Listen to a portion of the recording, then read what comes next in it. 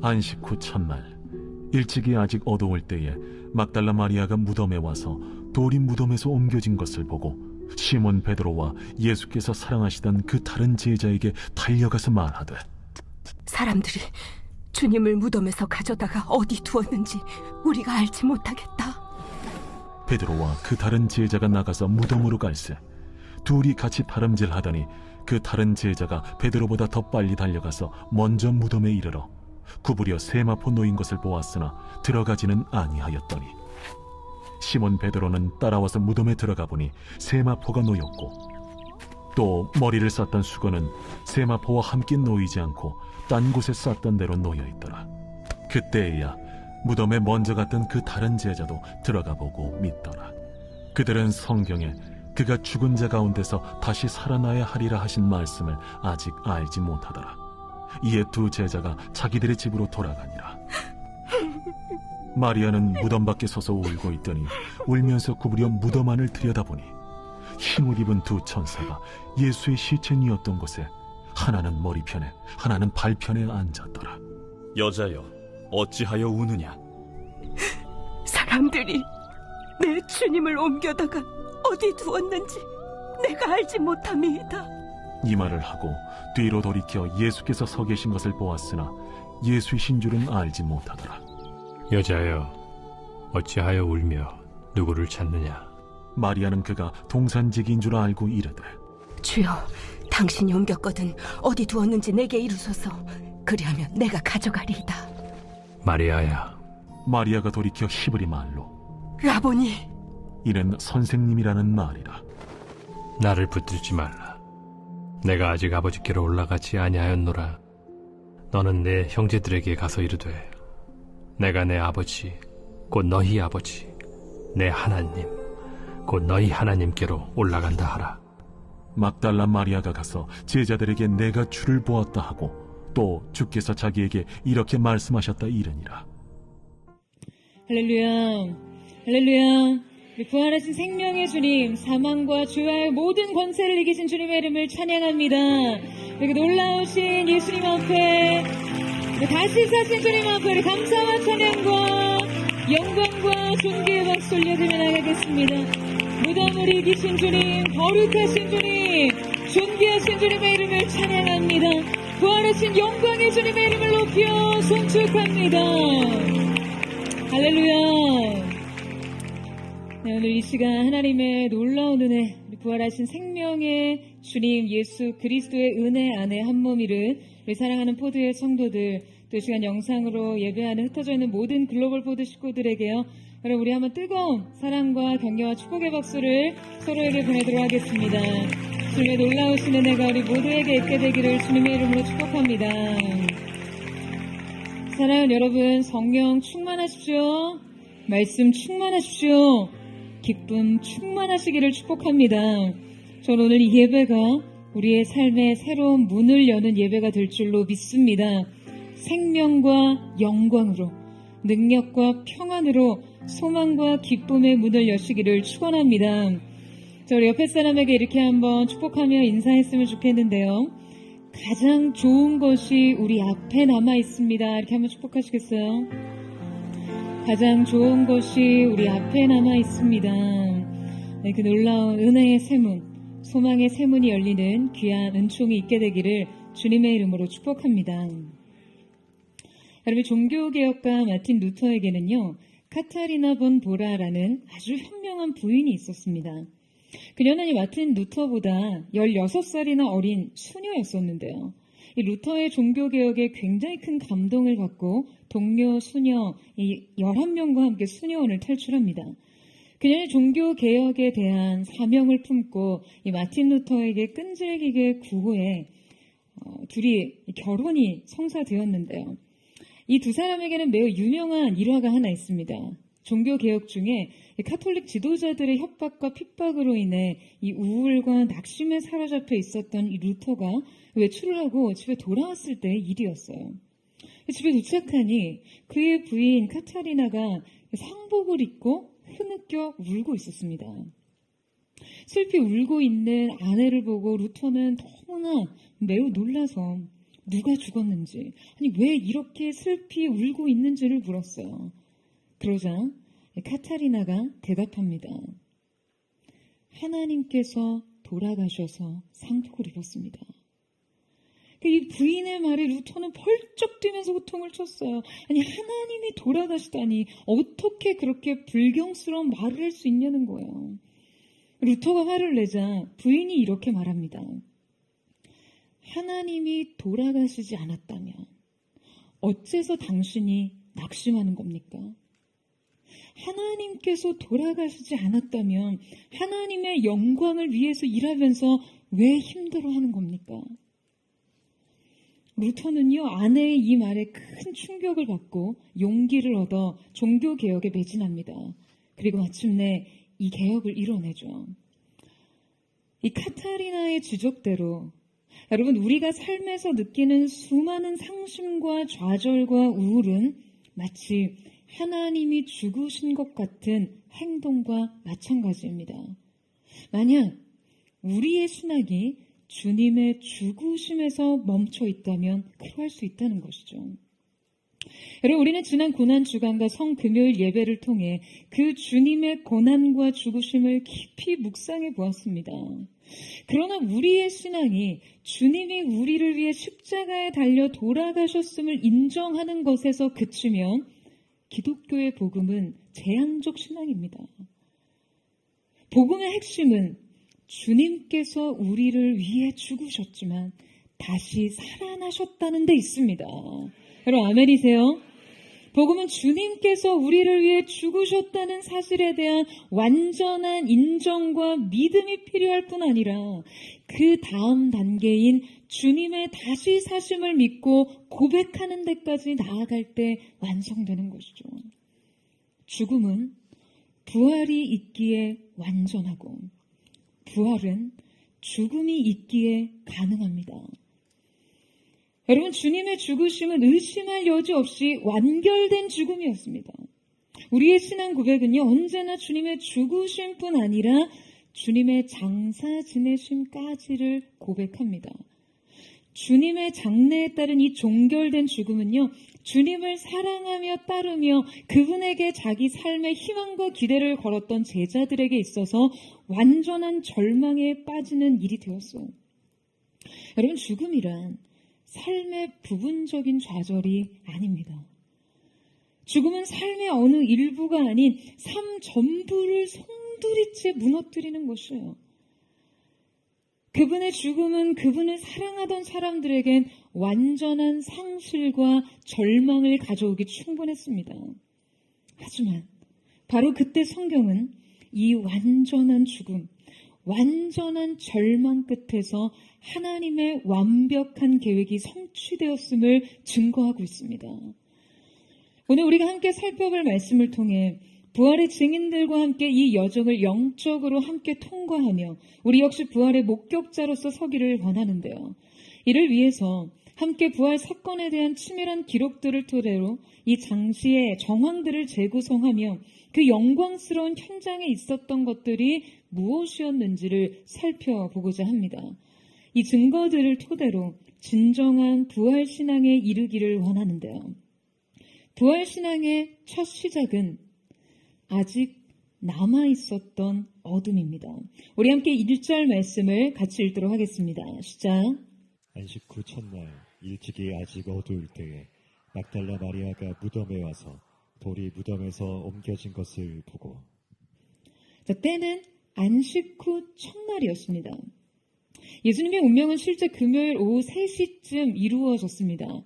그런데 이 안식일이 되면 유대인들은 실제 어떤 것도 할 수가 없기 때문에 지금 안식일이 시작되는 오후 6시 전까지 예수님의 장례는 매우 급박하게 치러져야 했을 것으로 추측됩니다.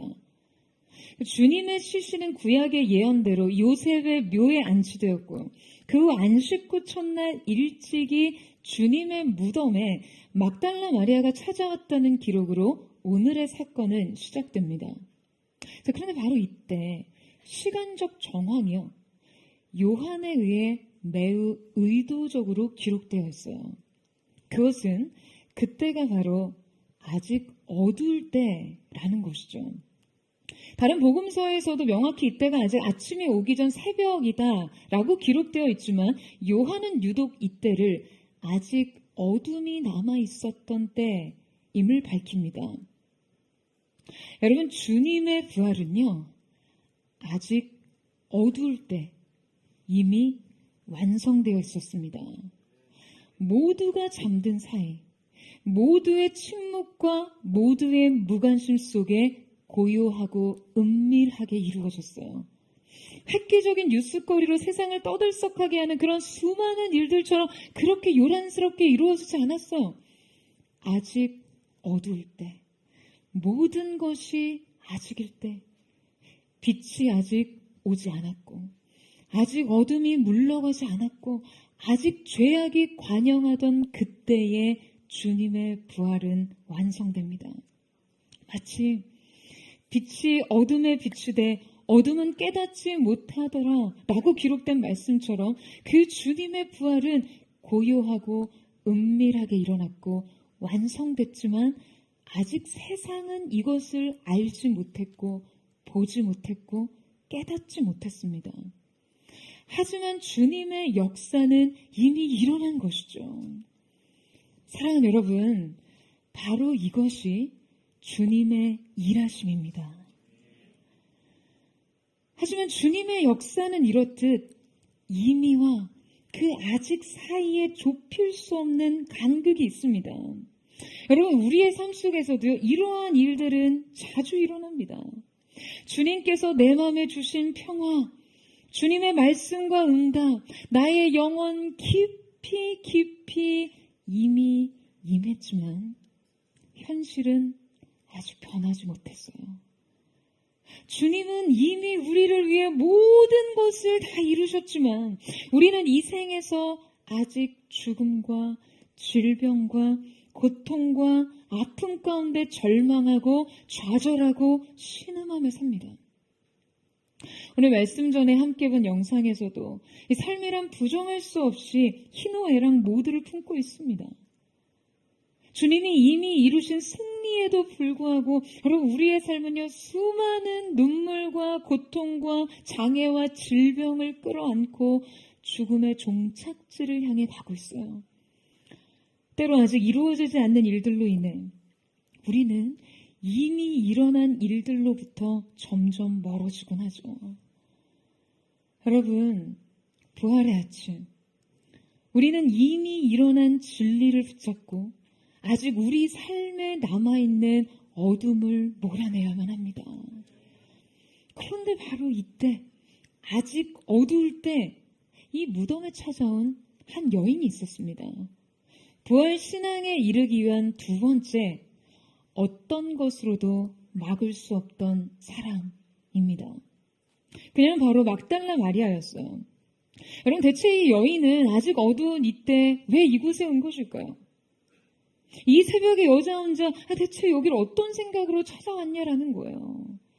좀 다른 복음서에서 그녀가 이곳에 향품을 들고 왔다라고 기록합니다. 근데 여러분, 사실 예수님의 장례는요, 이미 요셉과 니고데모에 의해서 다 이루어졌어요. 그것도 니고데모가 준비한 어마어마한 양의 향품이 사용되었어요. 마리아가 그 사실을 몰랐을까요? 아니요, 여러분. 요셉과 니고데모가 예수님의 장례 의식을 행할 때 마리아는 그 자리에 있었다. 그리고 그것을 보았다고 공간복음은 기록하고 있습니다. 그 신학자들은 아마 그녀가 급박하게 마무리된 이 장례 절차로 인해 그 주님의 시신을 좀 더 정성스려 대하지 못했음을 안타까워 지금 이 과정을 다시 치르려 했을 거라고 생각합니다. 여러분, 지금 분명 마리아가 무덤에 간 때는요, 아직 무덤이, 그 어둠이 물러서지 않은 때였어요. 그녀는 이미 상상할 수 없는 끔찍한 고문 속에 주님께서 고난을 받으신 것을 지켜보았고, 그 후에 주님의 처참한 죽음과 장래의 모든 것을 가장 가까이에서 경험한 여인이었습니다. 주님의 죽음은 그녀에게 엄청난 트라우마가 되었을 게 당연하고요. 지금 당시 그 유대 사회에서 이 일은 너무나 충격과 혼란이었기 때문에 모두가 이 소용돌이 속에서 자신을 숨죽여 숨기고 있을 그때 그녀는 이곳에 홀로 찾아갑니다. 분명 마리아는 무덤 앞에서 주님을 고문하던 그 무시무시한 로마의 경비병들을 마주할 것을 예상했겠죠. 또한 결코 혼자서는 털끝도 움직이지 못할 육중한 돌문이 가로막혀 있다는 것도 알았고 이 문을 열어줄 사람도 없다는 것을 잘 알았어요. 설상가상 전날 예수님의 죽음으로 인한 큰 지진이 도시를 휩쓸고 간 상태였습니다. 더욱이 그녀와 함께 동행해줄 남자들이 없었어요. 그런데 그럼에도 불구하고 그녀는 그곳에 갔습니다. 그 모든 어둠과 두려움과 위험과 공포를 뚫고 그 어두운 새벽에 돌무덤 앞을 서성입니다. 여러분, 왜일까요? 대체 이 여인은 무슨 생각으로 여기 온 것입니까? 너무 큰 충격을 받고 그냥 이성을 잃고 분별력도 상실한 것일까요? 제임스 몽고베리 보이스는 이 여인에 대해 이렇게 말합니다. 그녀에게는 주님에 대한 믿음도 죽었고 소망도 죽었다. 하지만 주님께 대한 사랑만은 아직 남아있었기에 이렇게 이른 새벽에 무덤으로 나왔고 요한과 베드로가 떠난 후에도 혼자서 무덤에 남아있었던 것이다. 여러분, 저는 말씀을 준비하다 이 무덤 앞에 선 마리아의 이 사랑을 생각하며 많이 울었습니다. 인생의 그 어떤 기대도 소망도 모두 사라진 그때, 감당할 수 없는 공포와 상실과 슬픔이 그 삶을 완전히 휩쓸고 가버린 그때에도 여전히 그녀에게 남은 이 저항할 수 없는 사랑을 생각하며 말이에요. 모든 것을 잃었고 다시 되찾거나 되돌릴 수 있는 희망이 조금도 남아있지 않았던 그때에도 주님이 누이셨던 그곳을 찾아가게 한 그 사랑을 생각하며 울고 또 울었습니다. 여러분, 우리는 이 부활의 새벽 주님의 무덤 앞에 설 수 있는 그런 사람들입니까? 그분은 분명 많은 이들의 기대와 달리 왕의 보좌가 아닌 무덤에 계셨습니다. 주님이 나의 기대와 나의 소망을 모두 저버리시고 내가 구하고 원한 모든 것들을 거절하셨으며 주님 그 자체가 나에게 절망과 상실을 안겨준 그때조차 주님을 찾으실 수 있으십니까? 여러분, 이 부활의 주일, 저는 우리의 신앙이 이 마리아의 사랑을 담기를 원합니다. 무언가를 바래서가 아니라, 무언가를 얻고자 원해서가 아니라 그저 주님 곁에 거하고자 했던 그 마음. 어둠을 헤치고 무덤 앞에 선 그 사랑. 아무것도 되찾을 수 없고 아무것도 기대할 수 없던 그 무덤이 목적지가 되던 그 사랑. 여러분, 이 부활의 주일, 저는 그 사랑이 우리의 영혼을 가득 채우게 되기를 주님의 이름으로 축원합니다. 주님으로부터 받을 수 있는 은혜와 축복이 없다 할지라도 주님 앞에 더 이상 기대할 수 없는 삶의 절망의 끝에 거한다 할지라도 그저 주님 곁에 거하고자 하는 목마른 그 사랑, 배고픈 사랑이 우리의 사랑이 되기를 축원합니다. 여러분, 그런데 바로 이때 그녀가 발견한 것은요, 뜻밖의 것이었습니다. 부활 신앙에 이르기 위한 세 번째 증거는 열린 돌문입니다. 그녀가 예수님의 무덤에 도착하자 즉시 보았던 것은 다름 아니라 바로 열린 돌무덤이었어요. 사복음서는 모두 이 부활의 장면을 이 열린 돌문에서부터 시작합니다. 그만큼 지금 이 열린 돌문과 빈 무덤은요, 부활의 매우 중요한 증거입니다. 하지만 이 열린 무덤이 의미하는 것은 단지 예수님의 죽은 몸이 실제 부활해서 어떠한 물리적인 한계에도 방해를 받지 않으시고 그 하늘 권능으로 돌무덤을 나오셨다라는 정황적인 증거만을 주장하기 위한 것이 아닙니다. 이것은 분명 부활의 진정한 의미에 대해 상징적으로 전하고자 하는 메시지가 있는 것이죠. 여러분, 앞서 말씀드렸듯이 기독교 진리가 주님의 죽으심 그 자체에서 끝나서는 결코 완성된 복음이 될 수 없습니다. 지난주 설교에서 말씀드렸듯이 여러분, 우리는 이미 사형에 언도되어 그 집행을 기다리던 사형수였어요. 그런데 우리의 모든 죄값을 대신하여 치르신 그리스도로 인해 우리는 이 죄의 결과로부터 완전히 해방된 삶을 살 수 있게 된 것이죠. 할렐루야. 여러분, 만약에 어떤 사람이 지금 죄의 형벌로 징역형을 살다가 그 죄의 대가를 모두 치르고 나면 여러분, 어떠한 일이 일어납니까? 그때 옥문이 열립니다. 형량을 모두 살고 이제 새 삶이 허락된 것이에요. 마치 주님의 무덤에 돌문이 굴려졌던 것처럼 이 죄의 값을 모두 치르고 자유가 선언되었음을 의미하는 것입니다. 여러분, 이 열린 문은 우리에게 무엇을 말하고 있습니까? 죄의 삭은 사망이요. 우리는 죄의 값을 마땅히 죽음의 형벌로 지급해야 했어요. 그러나 그리스도께서 그분의 죽으심으로 이 값을 모두 지불하셨고 이제 옥문이 열리듯 죽음의 문이 열린 것이죠. 열린 문은 죽음의 완전한 정복뿐만 아니라 자유와 해방을 의미합니다. 그분은 지금 이 열린 무덤을 통해 말씀하세요. 너희가 치러야 될 모든 죄값은 아무것도 없다. 내가 나의 고난과 죽음으로 너희가 치러야 될 모든 값을 지불했다.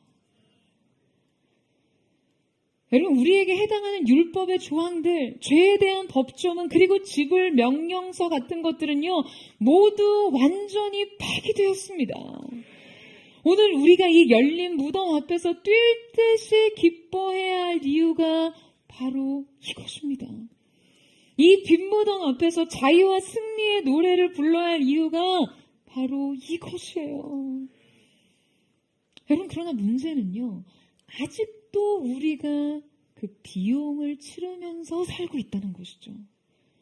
여전히 우리에게 남은 몫이 있는 것처럼, 주님께서 여전히 무덤에 계신 것처럼, 아직 지불되어야 할 영혼의 부채가 있는 것처럼. 여러분, 그리스도의 이 승리는요, 단지 우리에게 영원한 생명을 허락하신 죽음 이후의 승리만이 아닙니다. 주님께서 우리에게 선언하신 이 승리와 자유는요, 우리를 새로운 지배 아래 한 나라에서 다른 나라로 옮겨주셨다라는 그런 의미예요. 그가 우리를 흑암의 권세에서 건져내서 그의 사랑의 아들의 나라로 옮기셨으니, 할렐루야. 여러분, 이것은 우리가 본래 우리를 지배하던 것들로부터 벗어나 새로운 지배 아래로 들어가게 된다는 것이죠. 그렇다면 본래 우리를 지배하던 것은 어떤 것일까요? 그것은 원천적으로 죄와 사망의 영향력입니다. 죄의 문화, 돈, 성, 권력에 대한 지나친 욕구, 자기 증명의 좌절, 죄책감, 열등감, 불안, 두려움, 고질적인 우울과 공허, 수치심. 매일 이곳에서 쩔쩔매고 흔들리고 무너지고 스스로 값을 지불하려는 이 모든 불안과 고통이 죄에 종속된 삶의 모습입니다. 그런데 이 죄의 지배 아래 놓인 삶의 해방을 선언한 것이 바로 이 열린 무덤이에요. 기독교 최고의 문학작품이라고 할 수 있는 존 버년의 철로역정에 보면 이런 일화가 등장합니다. 주인공인 크리스천은 무거운 짐을 지고 순례의 길을 걷고 있었어요. 이 짐은 자기 스스로 인생의 구원을 얻어내야 한다는 그 무거운 부담과 죄에 대한 죄책감, 그리고 자신에게 부과되는 여러 가지 도덕적인 책임, 그리고 결코 그 기준에 미치지 못할 것이라는 수치심까지 다양했습니다. 그는 그가 짊어진 이 짐으로 인해 몹시 힘들어했어요. 그 짐을 지고 가는 이 여정 자체가 너무나 고달프고 고됐습니다. 그런데 어느 날 가파른 그 언덕에 이르렀을 때 그 위에 세워진 십자가를 보게 됩니다. 크리스천이 이 십자가에 다다르게 되자 어깨에 있던 짐이 풀어졌고, 풀어진 짐가방은 그 어깨에서 떨어져 언덕 아래로 굴러 떨어지기 시작합니다. 그러더니 마침내 그 구르던 짐은 그냥 입을 쫙 벌린 열린 무덤 안으로 빨려 들어갑니다. 여러분, 이곳이 진정 십자가와 부활의 지배 아래 놓인 삶이에요.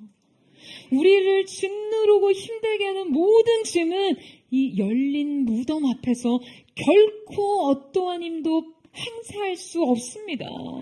여러분, 아멘이세요? 그 열린 문이 이 모든 짐을 집어삼킬 수밖에 없는 것이죠. 사랑하는 여러분, 오늘 이 언덕에 오르세요. 이 언덕 위에 십자가를 보고 열린 무덤을 보십시오. 그리고 여러분의 인생의 모든 무거운 짐을 벗어버리세요. 저는 오늘 저와 여러분이 이 십자가와 열린 무덤 앞에서 우리를 사랑의 아들의 나라로 옮기신 주님을 높여 찬양하는 은혜의 역사가 있게 되기를 축복합니다. 은혜의 지배 아래서 새 인생을 사세요. 모든 어깨에 짊어진 인생의 짐들이 풀어지고 주님의 놀라운 은총의 새 계절 안으로 나아가는 저와 여러분 되시기를 주님의 이름으로 축원합니다. 부활신앙에 이르기 위한 네 번째 조건은 부활의 증거들입니다. 여러분, 지금 예수님의 부활과 완전한 승리를 말해주던 이 열린 돌무덤을 처음 발견한 막달라 마리아의 반응을 보세요. 마리아는요, 그냥 이 열린 무덤 앞에서 그냥 아연실색합니다. 예수님의 시신을 누군가가 도적질했다고 생각한 것이죠. 사실 유대 종교 지도자들도 예수님을 영원히 죽음에 가둬두기 위해 그냥 혹여라도 그 시신이 없어지지 않도록 경비병을 세운 것을 보면 지금 뭐 이런 상황은 나름 충분히 설득력이 있었어요. 이때 마리아는 무덤 안으로 들어와 예수님께서 누이신 곳을 막 찾아볼 겨를도 없이 그저 무덤이 열려있는 것을 보고 베드로와 요한에게 즉시 달려갔던 것 같아요. 이제 마리아를 포함한 3명의 제자들이 무덤 앞에 섭니다. 그리고서 그들은 열린 문 안으로 들어가 빈 무덤 안에서 최초로 부활의 정황들을 확인하게 됩니다. 자, 우리 함께 3절에서 8절 말씀을 같이 한번 읽도록 하겠습니다. 시작. 베드로와 그 다른 제자가 나가서 무덤으로 갈새 둘이 같이 다름질하더니 그 다른 제자가 베드로보다 더 빨리 달려가서 먼저 무덤에 이르러 구부려 세마포도인 것을 보았으나 들어가지는 아니하였더니 시몬 베드로는 따라와서 무덤에 들어가 보니 세마포가 놓였고 또 머리를 쌌던 수건은 세마포와 함께 놓이지 않고 딴 곳에 쌌던 대로 놓여 있더라. 그때야 무덤에 먼저 갔던 그 다른 제자도 들어가 보고 믿더라. 자, 여러분이 한국 번역본에는 이 뉘앙스가 잘 드러나지 않지만 헬라 성경에는요, 이때 베드로와 요한이 그 무덤 안을 들어보는 행위가 어떠한 성격의 관찰이었는지가 드러나 있습니다. 앞서 막달라 마리아가 무덤 입구에 돌이 굴려져 있는 것을 보았다라고 할 때는 헬라어 중에 보다의 가장 대표적인 단어인 블레페이가 쓰였습니다. 자, 그러나 요한과 베드로가 무덤 안에 들어가 관찰하던 행위를 표현할 때 보다는요, 페어레오라는 추론하다, 숙고하다, 이론을 세우다라는 뜻의 동사를 사용합니다. 그러니까 말하자면 지금 그들이 이것들을 볼 때 그들의 이성적인 추리력과 추론 능력과 관찰력이 발동했다는 것이죠. 과학자나 탐정이 잠정적인 가설을 뒷받침할 현상들을 설명할 때 주로 이 동사가 쓰이게 됩니다. 자, 그렇다면 그들이 본 것은 여러분 무엇이었습니까? 지금 저자 요한이 이 글을 쓸 때 매우 상세하고 치밀하게 이 과정을 묘사하는 것은 지금 이 경험의 사실성을 강조하기 위함인 것인데요. 그들은 이곳에서 마치 승리의 전리품처럼 주님의 죽음을 정복하신 그 흔적들을 발견합니다. 이때 결정적으로 빈 무덤에 놓인 세마포를 보고 요한은 이 정황을 토대로 자신이 예수님의 부활을 믿었다라고 표현합니다. 7절에 묘사된 수위의 상태가 시신에 단단히 감겨져 있던 나선형의 모습 그대로였다는 거죠. 존 스토트는 지금 이것이 나비가 벗어버리고 나온 누에고치와 같은 모습이라고 설명합니다. 여러분, 요한은요 이렇게 생각했을 거예요. 만약 예수님의 시신을 누군가가 도적질해 갔다면 요셉과 니고데모가 장례 때 사용한 이 값비싼 세마포와 그 많은 침향을 그대로 두고 갈 리 결코 없으며, 또 누군가가 이 엄청난 무게의 수위를 벗긴 흔적 없이 수위 안에 몸이 증발하듯이 빠져나올 수는 없다는 것이죠. 그래서 결국 그는 부활을 믿었습니다. 부활밖에 답이 없었어요. 여러분, 그런데요, 이 믿음은요 마치 셜록 홈즈가 불가능한 답을 제거하고 나면 남은 답의 개연성이 아무리 떨어진다 해도 그것이 진실일 수밖에 없다 라고 말한 것과 같은 믿음이었습니다. 여러분, 이것이 과연 진정한 부활신앙에 닿을 수 있는 믿음일까요? 여러분, 우리는 수많은 인생의 문제를 대하며 주님께 믿음의 증거들을 요구합니다. 그러니까 우리가 눈에 보이는 물리적인 증거들과 그 논리적인 개연성을 충분히 확보하고 나면 우리의 믿음이 가능해질 거라고 생각합니다. 그래서 우리는 진정한 믿음을 유보해요. 아직 뭔가가 부족하다는 거죠. 나의 믿음 없음을 이 근거 부족의 이유로 뒷받침합니다.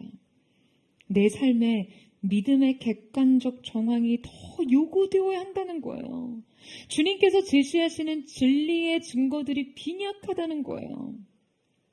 여러분, 우리는 이럴 때 가장 확실한 증거들을 기대하지만 이것은 정작 가장 불확실한 믿음을 만들어냅니다.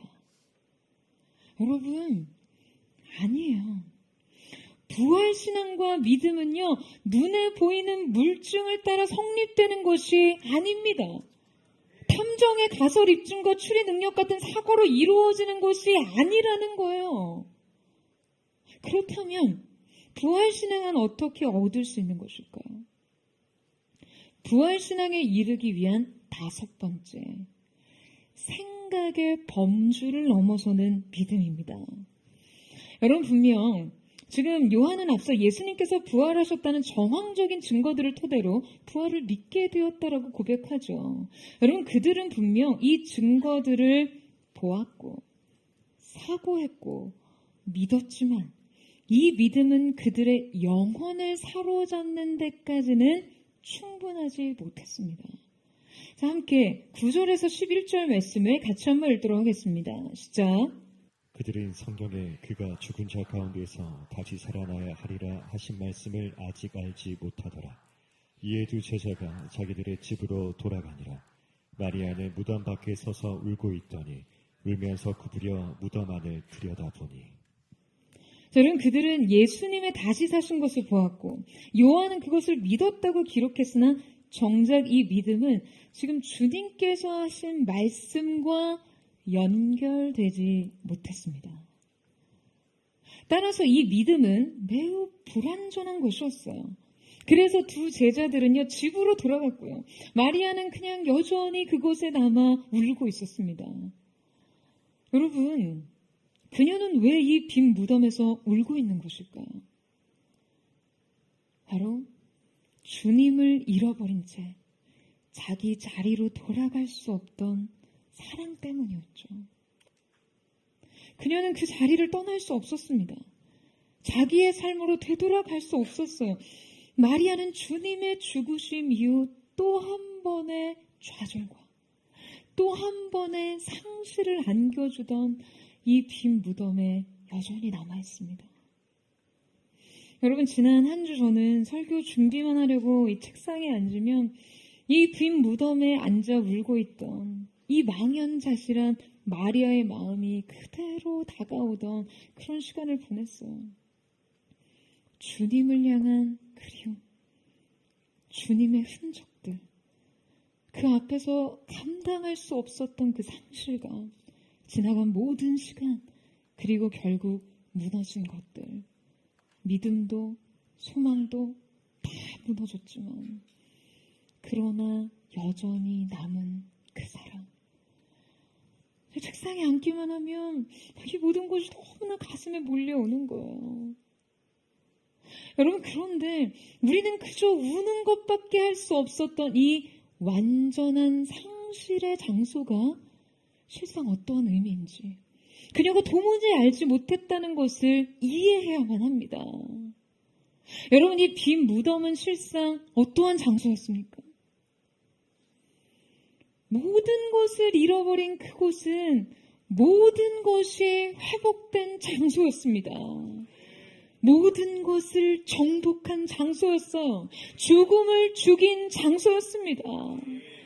하지만 마리아는 이곳을 이해하지 못했어요.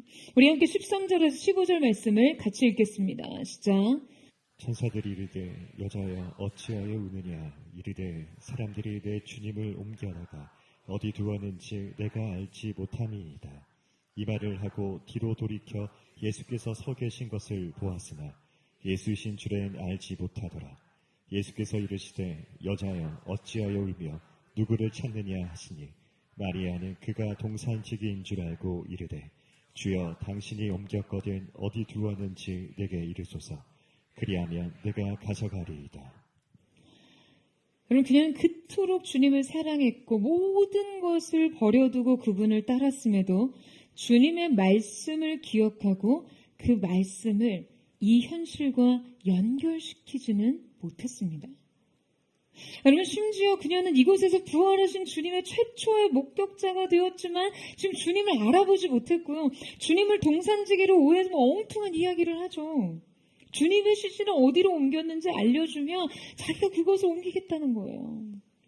여러분, 마리아는 지금 이미 예수님의 장례 절차를 모두 지켜본 사람이었습니다. 주님의 시신은요, 아리마대 요셉과 니고데모가 준비한 모략과 침향을 100근이나 넣고 염을 상태였어요. 결코 여인이 혼자서 운반할 수 없는 무게였습니다. 하지만 이 예수님을 되찾고야 말겠다는 이 맹목적인 사랑으로 지금 그녀는 모든 것에 대한 이 모든 것을 계산 없이 그냥 홀로 감당하려고 하고 있어요. 그런데 문제는 그녀가 찾는 주님은 더 이상 죽은 자 가운데 찾을 수 없다는 거죠.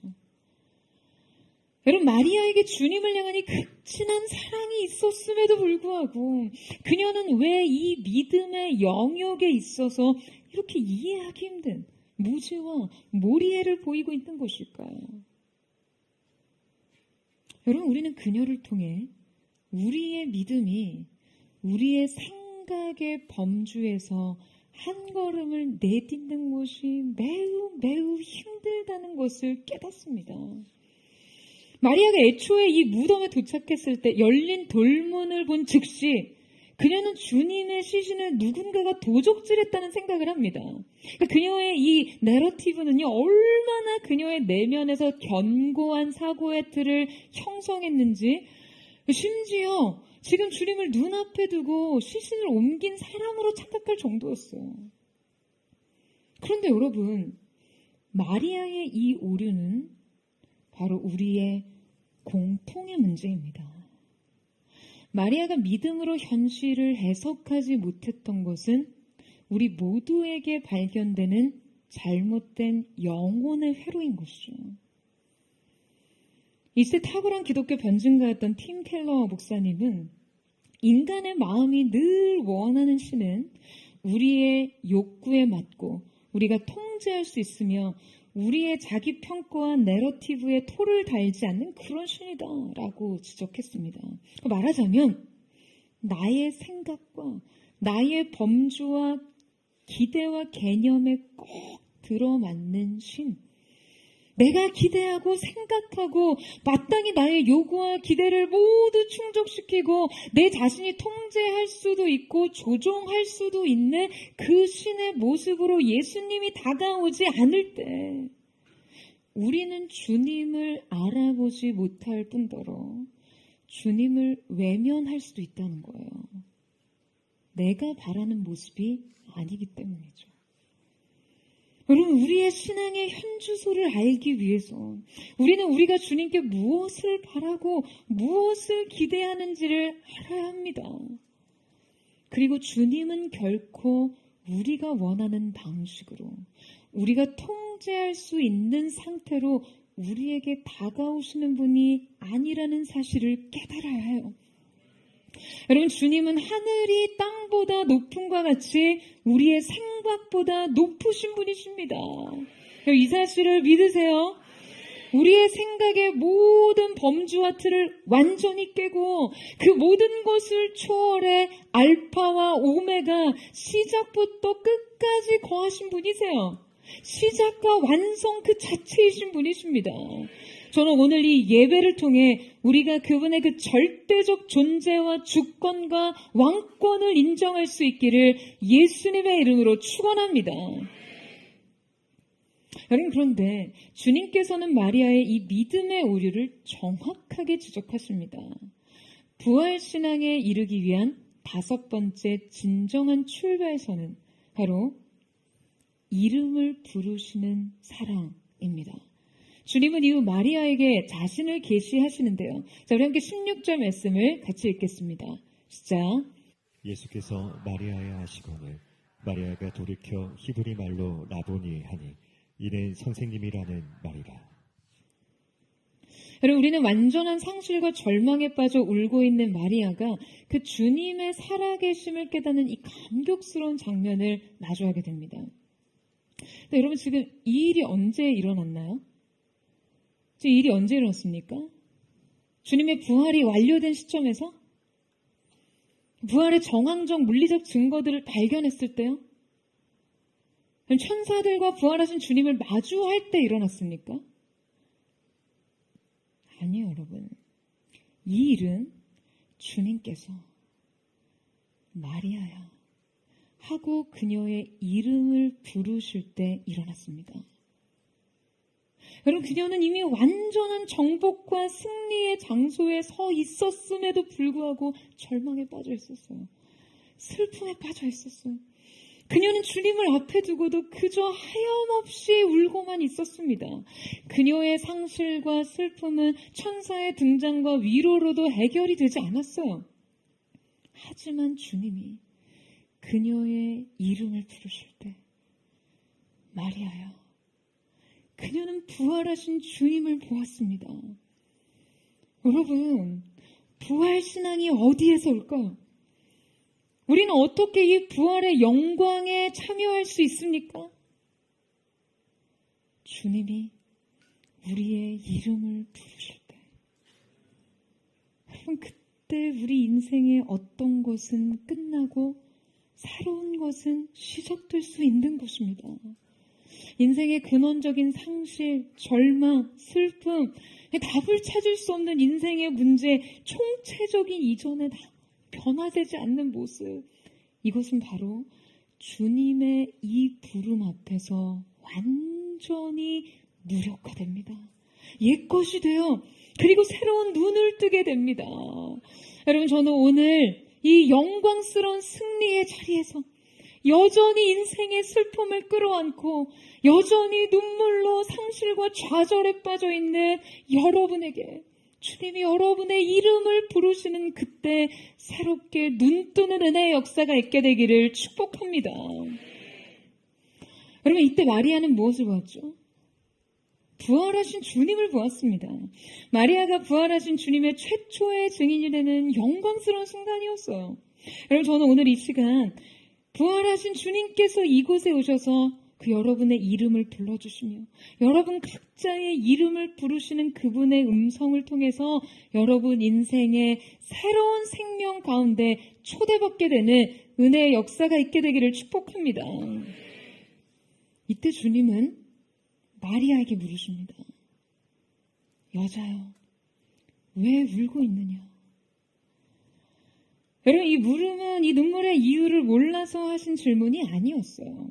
가혹한 책망도 아니었습니다.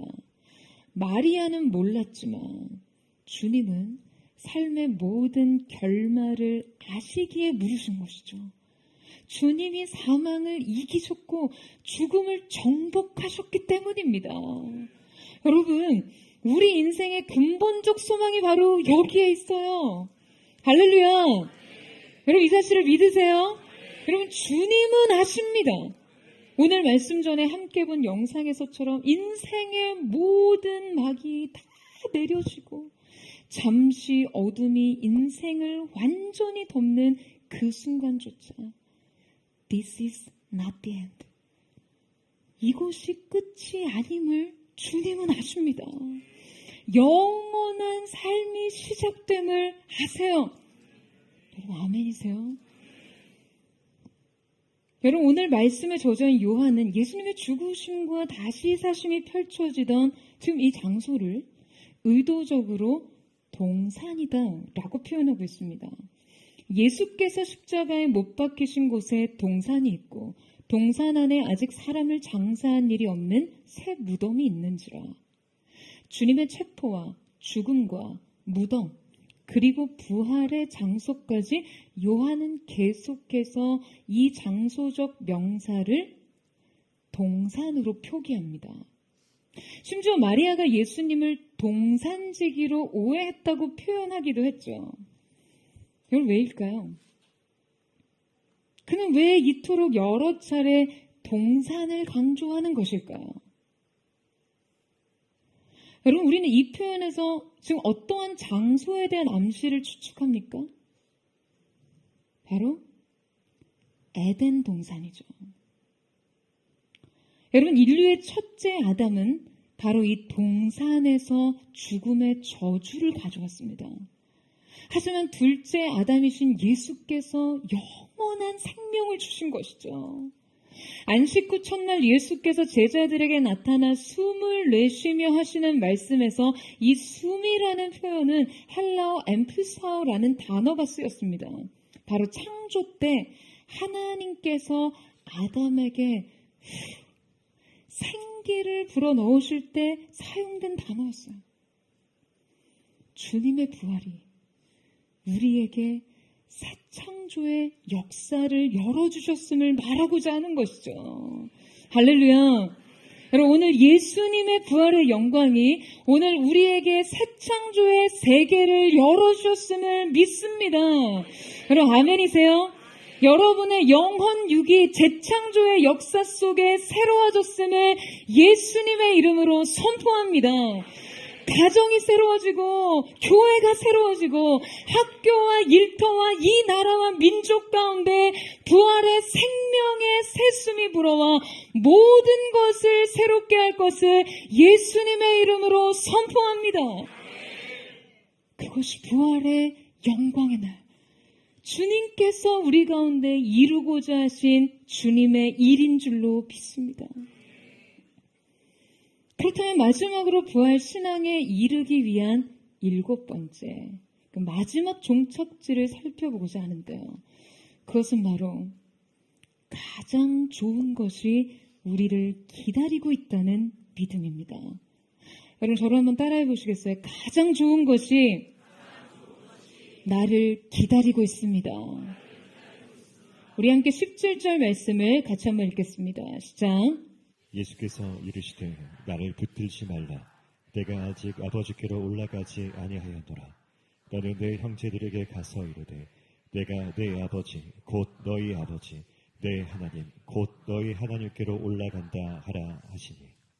여러분, 우리는 지금 이 말씀 속에서 다소 이해할 수 없는 상황을 직면합니다. 그러니까 주님의, 부활하신 주님을 대면한 마리아는요, 자신의 모든 슬픔과 절망을 일으키며 주님께 다가섭니다. 그 그리움에 사무쳤던 그녀의 마음이 그 부활하신 현존의 주님을 발견하고 그러면 얼마나 기뻤겠어요. 아마 마리아는 예수님을 알아본 순간 마치 너무나 소중한 것을 잃어버렸던 걸 되찾은 사람처럼 그 엄청난 안도 속에서 그분의 육체에 매달렸을 거예요. 아마 다시는 주님을 잃어버리지 않을 각오와 몸부림으로 주님을 붙들었겠죠. 자, 이때 사용된 동사 붙들다는요, 꼬집다시피 아주 꽉 매달린 그런 의미의 동사입니다. 매우 매우 강한 신념과 집착을 드러내는 행위예요. 그런데 이때 주님은 마리아에게 나를 붙들지 말라라고 말씀하세요. 주님의 부활하신 신성한 몸을 지금 여러분 만지지 말라고 하시는 걸까요? 아무리 그래도 주님을 그리워하던 마리아에게 여러분 너무 매몰차신 거 아니에요? 그 깊은 어둠 가운데 여인 홀로 무덤을 찾았던 그 사랑을 생각했을 때요.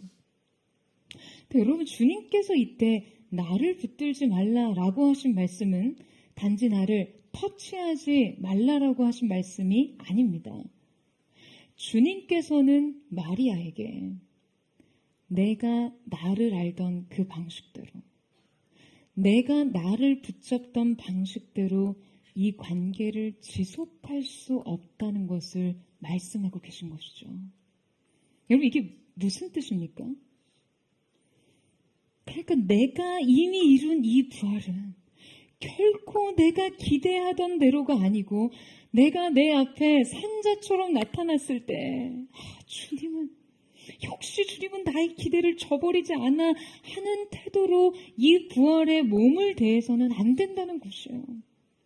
이 부활 사건은 너의 기대, 너의 생각, 너의 범주, 너의 내러티브대로 이루어지는 것이 아니라는 의미입니다.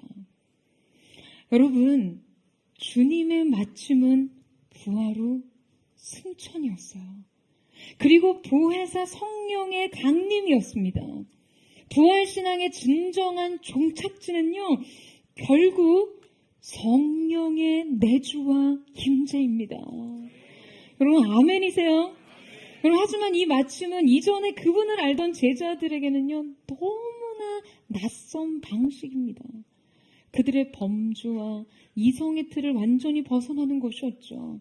그러나 주님께서는 분명 말씀하십니다.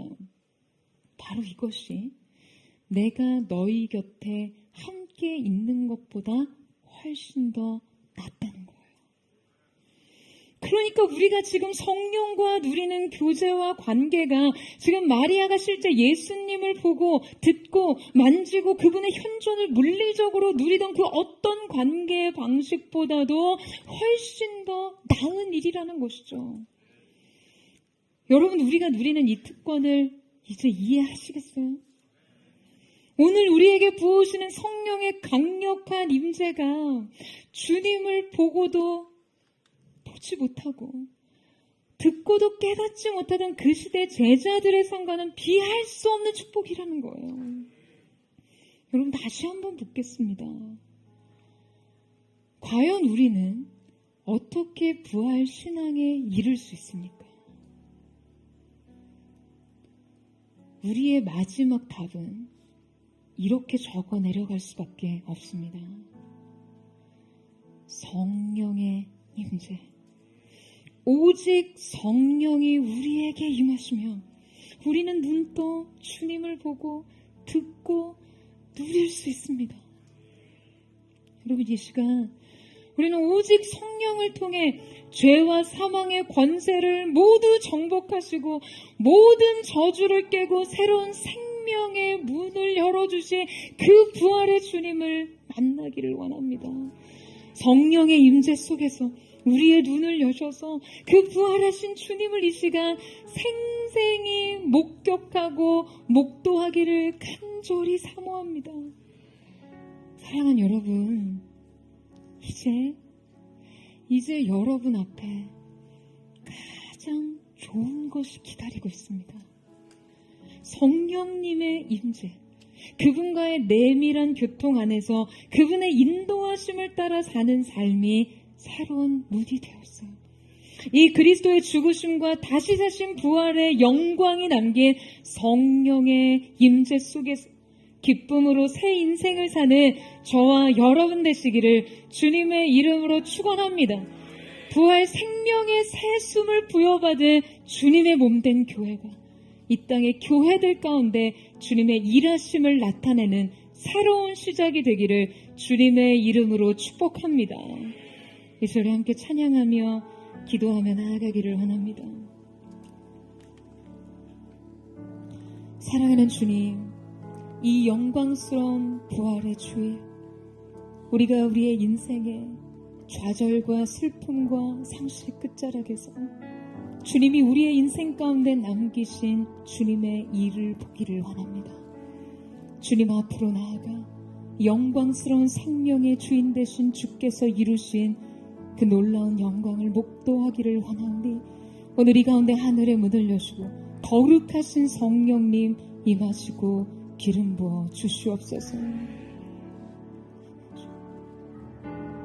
주 앞에 나와 제사를 드리는 마음 열어 내 삶을 드리네 주를 봅니다. 끝없는 사랑 나 회복시키는 이제는 들어 주 보내 그 능력 날 새롭게 주님의 사랑 날 맞이시니 내 모든 두려움 사라지네. 폭풍 속에도 주 붙들고 믿음으로 주와 권해 갈보리 언덕 넘어 그여 주 안에 온전케 되리.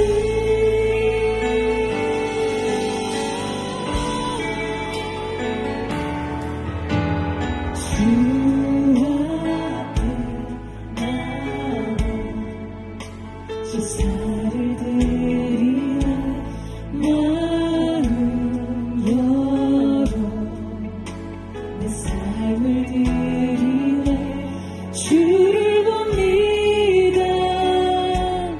끝없는 사랑 나 회복시키네. 이제는 들어 주 보내 그 능력 날 새롭게 주님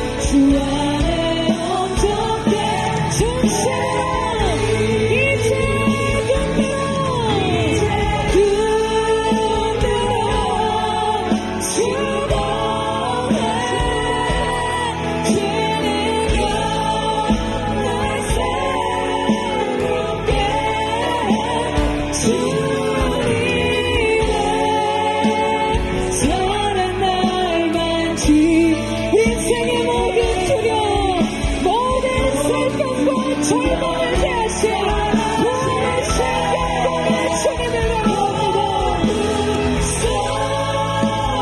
속에도 춤을 들고 믿음으로 주와 건너갈보리 언덕 넘어 그 어느 날 주 안에 온전히 두 손 높이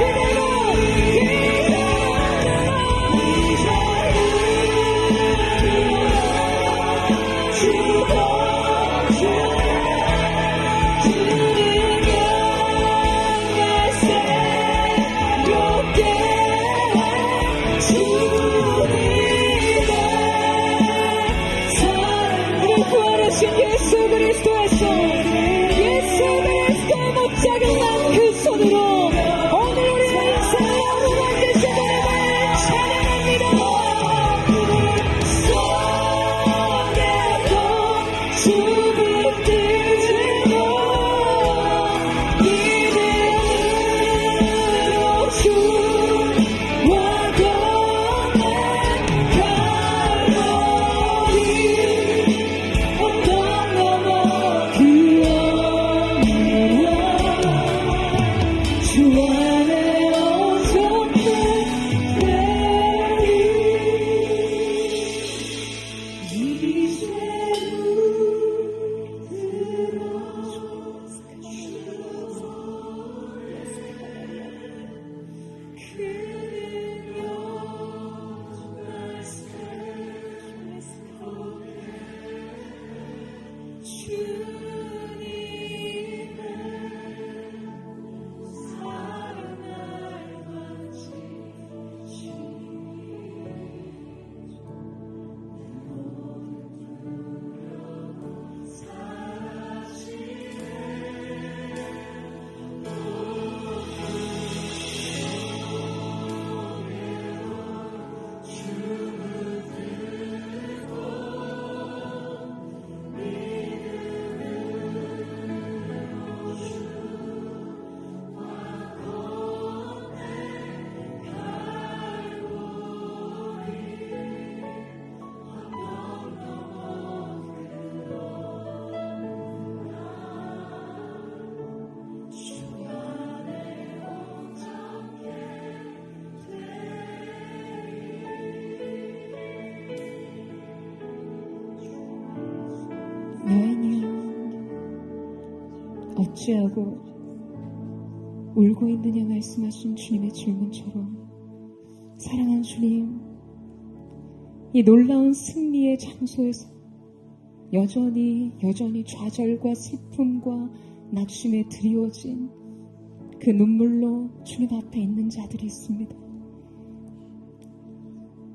여러분의 인생의 한복판 여전히 계속되는 좌절과 낙심과 슬픔 가운데 오늘 생명의 부활하신 주님이 이곳에 있음에도 불구하고 여러분 왜 울고 계시나요? 오늘 이 시간 사랑하는 주님, 우리가 주님의 생명에 눈뜨게 하여 주시옵소서. 깨어라 어두운 내 무덤에서 주님의 영광이 되게 비추리리라.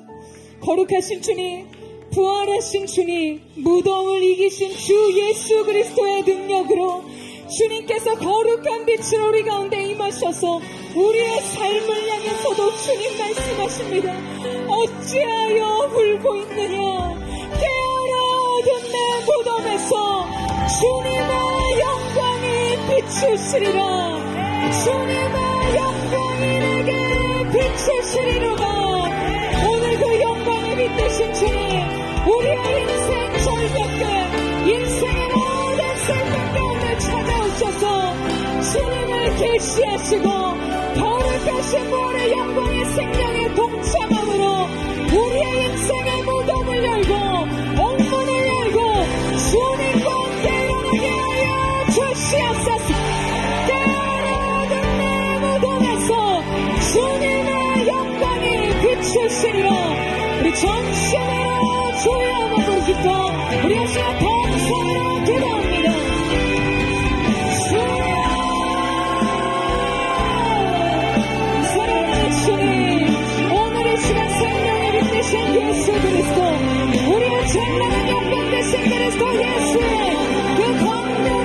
주시고 주님 우리가 희망을 주시옵소서.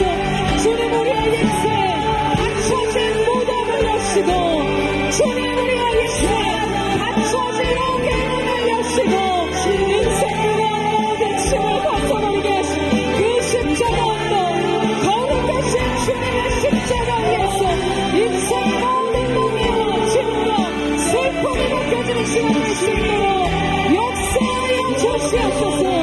깨어나는 무덤에서 주님의 영광이 내게 비추시리라.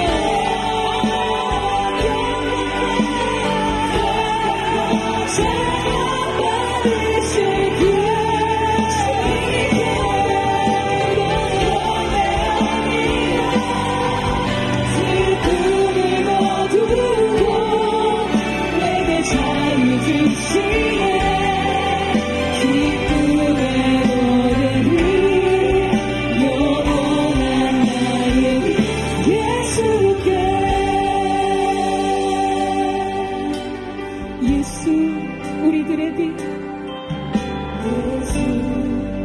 우리들의 밝은 빛 은혜와 긍휼을 베푸시는 주 은혜와 긍휼을 베푸시는 주 그의 길을 따라가는 주의 자녀들에게 항상 밝은 빛을 비추시오. 그는 구원의 주 하나님 그는 구원의 주 하나님 공의로 세상을 다스리시네. 주를 경외하는 자들에게 한량없이 부으시는 주님의 놀라우신 영광을 찬양합니다.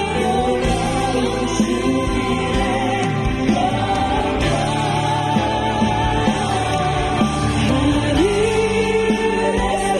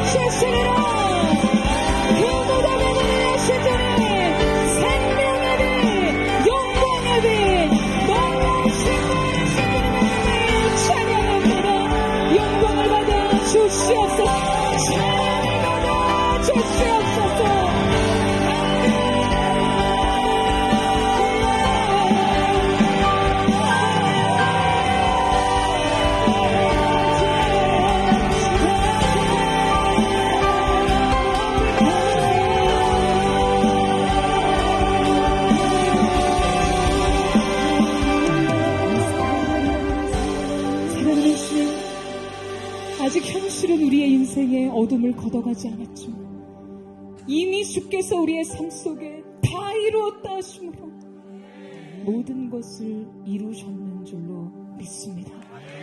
주님이 믿음으로 이기겠습니다. 이 믿음으로 인생의 어두움을 압도하는 그 한 걸음을 내딛겠습니다. 사랑하는 주님, 부활의 이날 우리가 비록 주님 앞에 슬픔과 상실로 울었지만 이제 더 이상 주님께 아무것도 기대할 수 없이, 그 어떤 것도 기대할 수 없이 그렇게 그 닫힌 무덤이라도 내 인생 주님으로부터 얻을 수 있는 유익과 은혜와 축복은 없을지라도 그저 내 믿음과 소망은 죽었으나 여전히 부인할 수 없는, 저항할 수 없는 이 사랑 때문에, 주님을 향한 이 배고픈 사랑 때문에, 주님 앞에서 언제나 부족을 느끼는 이 사랑 때문에 내 인생 언제나 주님 곁에 있기를 원합니다.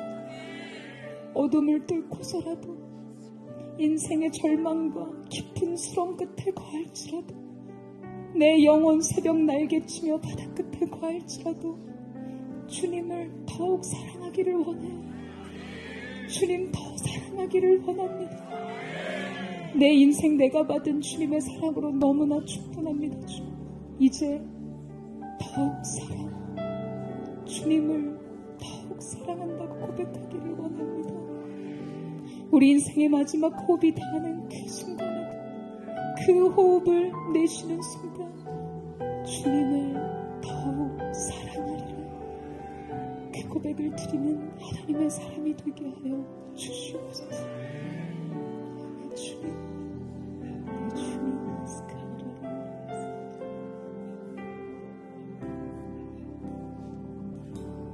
주의 성소에 서서 주의 영광을 보아 아름다운 주의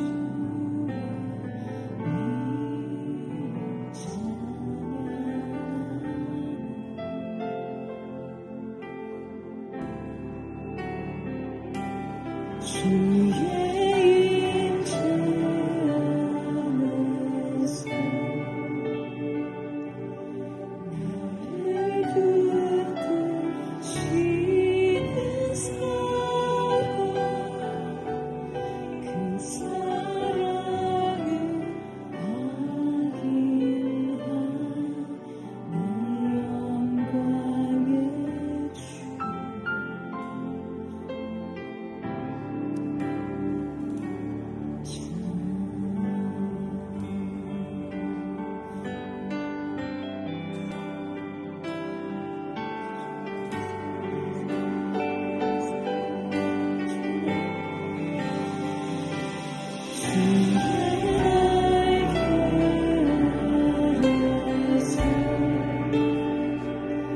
주의 선하신 도를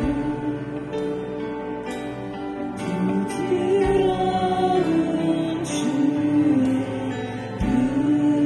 손날이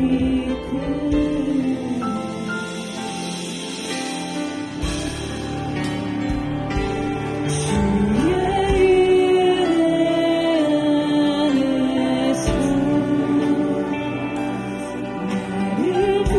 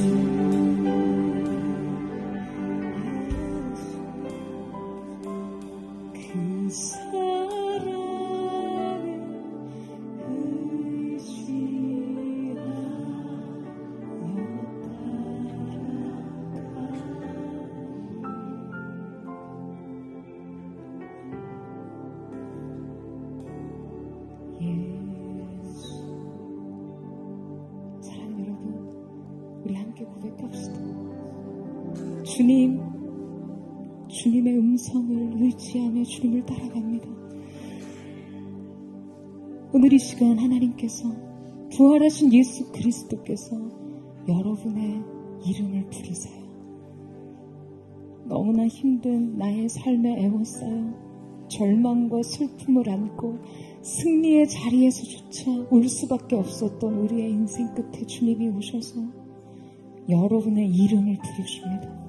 사랑하는 여러분, 부드러운 주님의 사랑의 음성을 따라가세요. 빛 대신 주님을 따라가세요. 그리고 그 주님 앞에 주님, 나도 주님을 더욱 사랑합니다. 주님을 더 사랑하기 원합니다. 나를 회복시키신 그 사랑으로 내가 주님을 더 사랑하기를 원합니다. 오늘 여러분의 이름을 부르시는 주님 앞에 나의 평생 주님을 더욱 사랑하기를 원합니다. 주님을 따라가기를 원합니다. 순결하신 예수님을 바라보기를 원합니다. 주님 앞에 우리의 전부를 드리기를 원합니다. 주님 앞에 내 인생은 충분합니다. 주님의 사랑을 받았으니 충분합니다. 이 사랑의 힘으로 살게 하여 주시옵소서. 전심으로 주의 이름을 믿고 동성으로 기도합니다. 주여,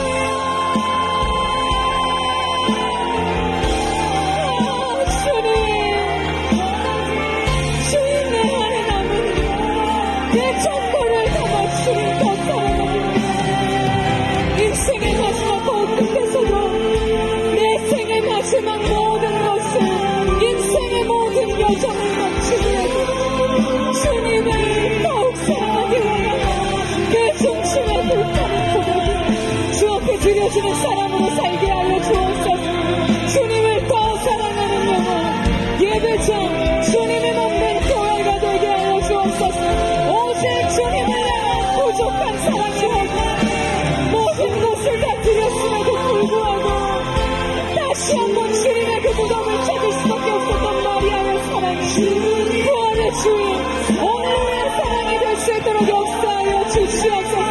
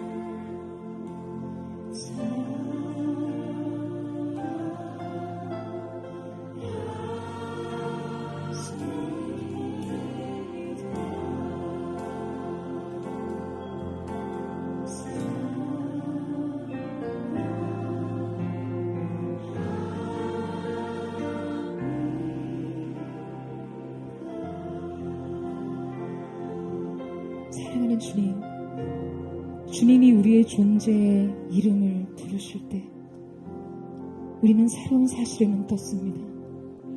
우리에게 더 좋은 곳이 남아있다는 것을. 주님, 오늘 이 가운데 부활의 이 영광스러운 주님의 날, 사랑하는 주의 백성들과 주님의 몸된 교회에 새로운 성령의 숨을 불어넣어 주시옵소서. 부활 영광의 재창조의 역사가 나타나게 하여 주시옵소서. 오늘 이 시간 모든 하나님의 사람들, 거대한 성도들 가운데 거룩하신 주님의 새 창조의 역사가 있을지어다. 에덴의 영광과 친교의 기쁨이 회복되게 하여 주시고, 주님과 함께 거니는 삶의 영광을 보게 하여 주시옵소서. 각 사람마다 교회와 모든 가정과 희나와 민족 가운데 부활 영광의 새 숨을 불어 재창조의 역사가 있게 하여 주시옵소서. 성령님 임하소서. 주여 세번을 빌로 기도합니다. 주여,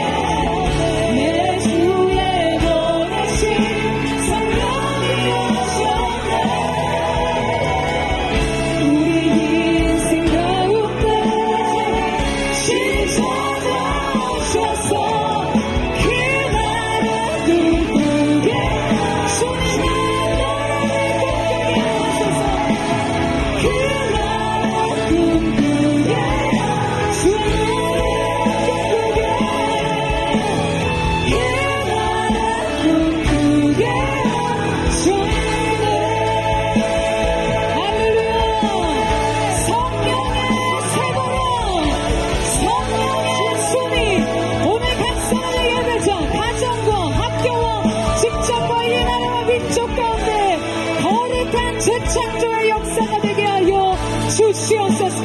할렐루야.